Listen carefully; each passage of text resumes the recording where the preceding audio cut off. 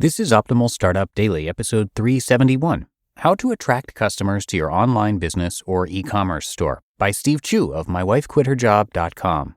And I'm Dan, your personal narrator here on Optimal Startup Daily. Hope you are having a great day, and thanks for spending part of it with me here.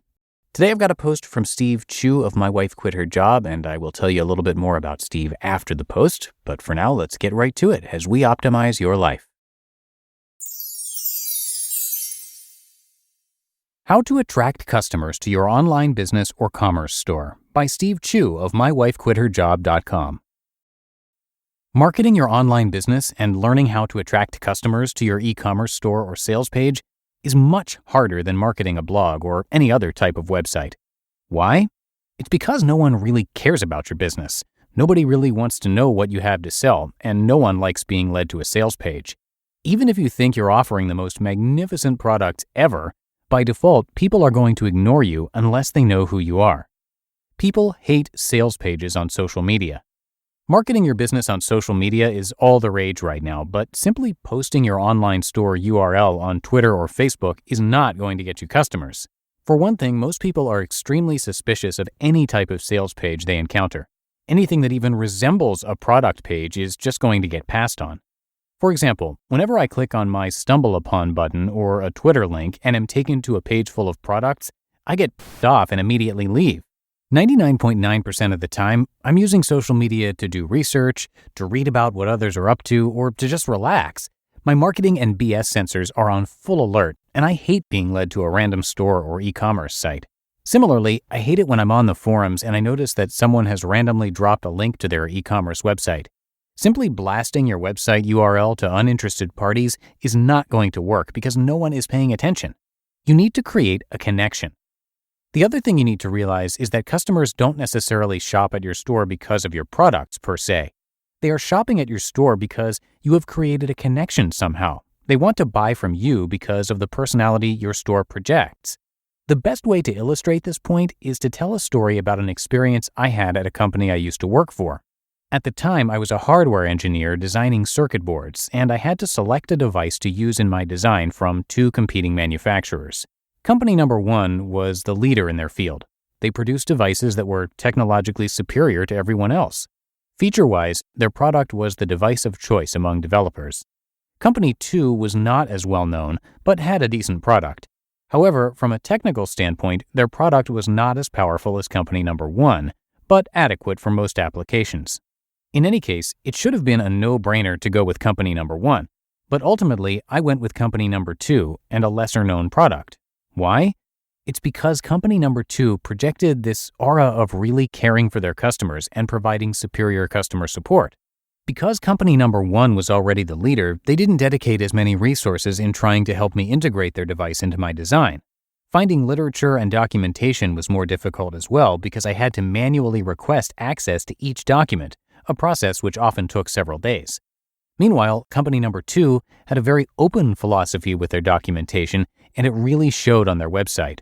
All of their content was freely available, and as a result, I got to know their products better and felt more comfortable using their devices. Whenever I had any questions, they immediately sent an engineer over to help even for the most minor of problems.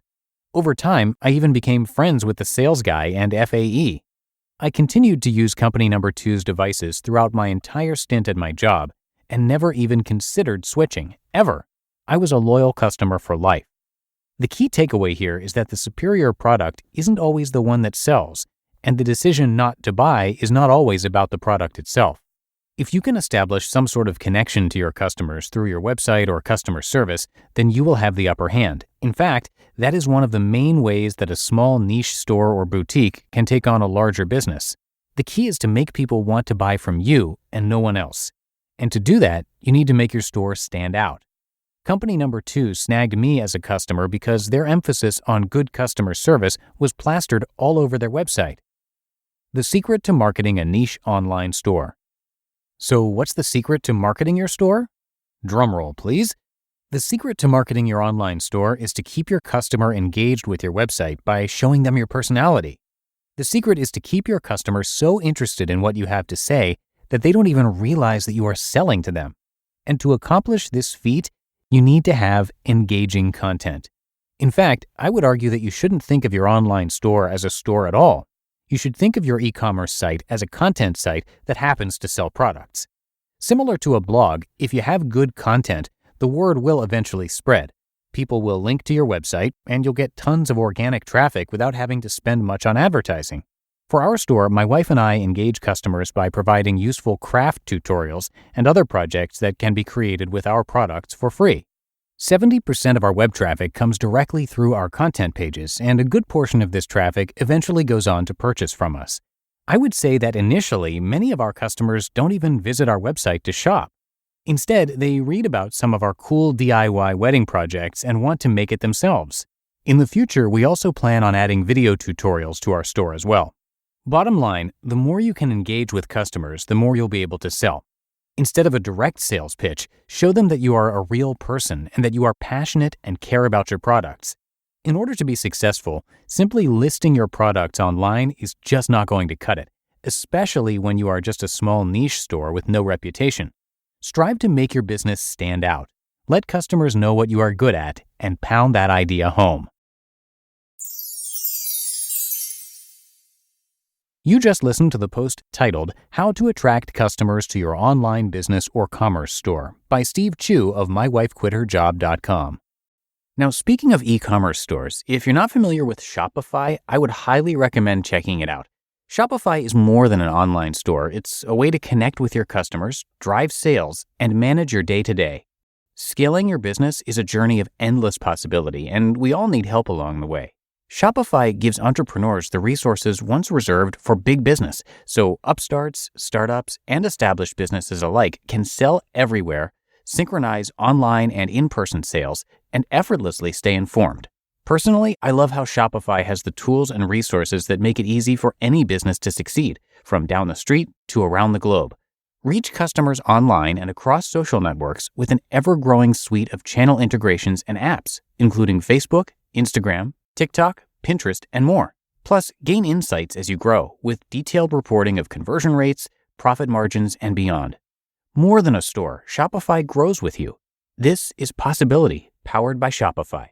Go to shopify.com/OSD, all lowercase, for a free 14-day trial and get full access to Shopify's entire suite of features. Grow your business with Shopify today. Go to shopify.com/OSD right now. That's shopify.com/OSD. And I want to give a big thank you to Steve today. When his wife became pregnant and she planned to stay home with the baby, they knew that they'd need to find more income, so they started a little online store called Bumblebee Linens. Well, in just a year, they were able to replace his wife's salary of $100,000 per year, and they started My Wife Quit Her Job to document all of it, including income reports. Ultimately, Steve was able to leave his job as well, and since then he started the Sellers Summit, which has been virtual during the pandemic, and you can learn more about that at sellerssummit.com. He's also gone on to do video. You can find his work on YouTube and a lot more, so come by mywifequitherjob.com to check it all out, and thanks so much to Steve for letting us share his work.